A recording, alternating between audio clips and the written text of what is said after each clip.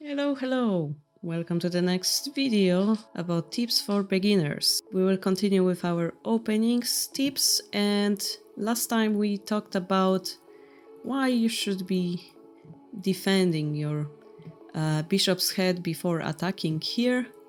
Today we're gonna talk about why do we actually use the gold instead of, let's say, silver, yeah? If you think about it, it does the same thing, defending the bishop's head.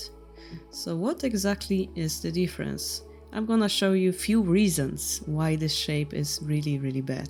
So let's say the game continues naturally, you develop your other pieces, then you open your bishop line, and then you realize you made the beginner mistake number 1 by leaving your bishop unprotected.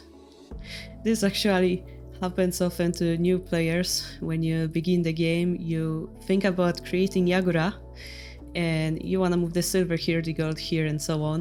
But you forget that by moving the silver, not only you remove the defender, but also you block the rook defense of the bishop, and it's just hanging. Yeah, it doesn't matter where you move the silver, just the fact that it's moved makes the bishop being unprotected. So that's one of the reasons why we will use the gold. Now let's say you know that, and you still accept that fact that yeah, I understand I shouldn't be opening my bishop line. I will try to activate it through the center. And you continue naturally. Finally, you decide, oh, this is the time to exchange the rook pawn. What you don't know is that the weakness that you've created is gonna exist forever.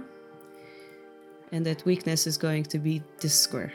So at any moment in time, if your bishop disappears from protection of this square, this becomes a nice spot for enemy to drop their piece at.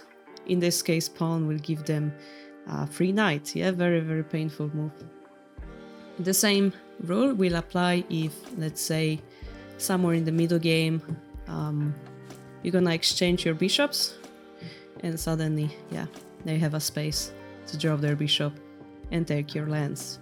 So for that reason, you can see why gold is much better piece to use to protect. It protects not only 8-7 square, but also the 8-8 square. In the future, more advanced technique will be, of course, the fact that we're gonna be able to use silver on another square and so on, but it's gonna be a few videos from now on. In the next video, we're gonna touch first opening Shogi proverb. I will see you there. Bye.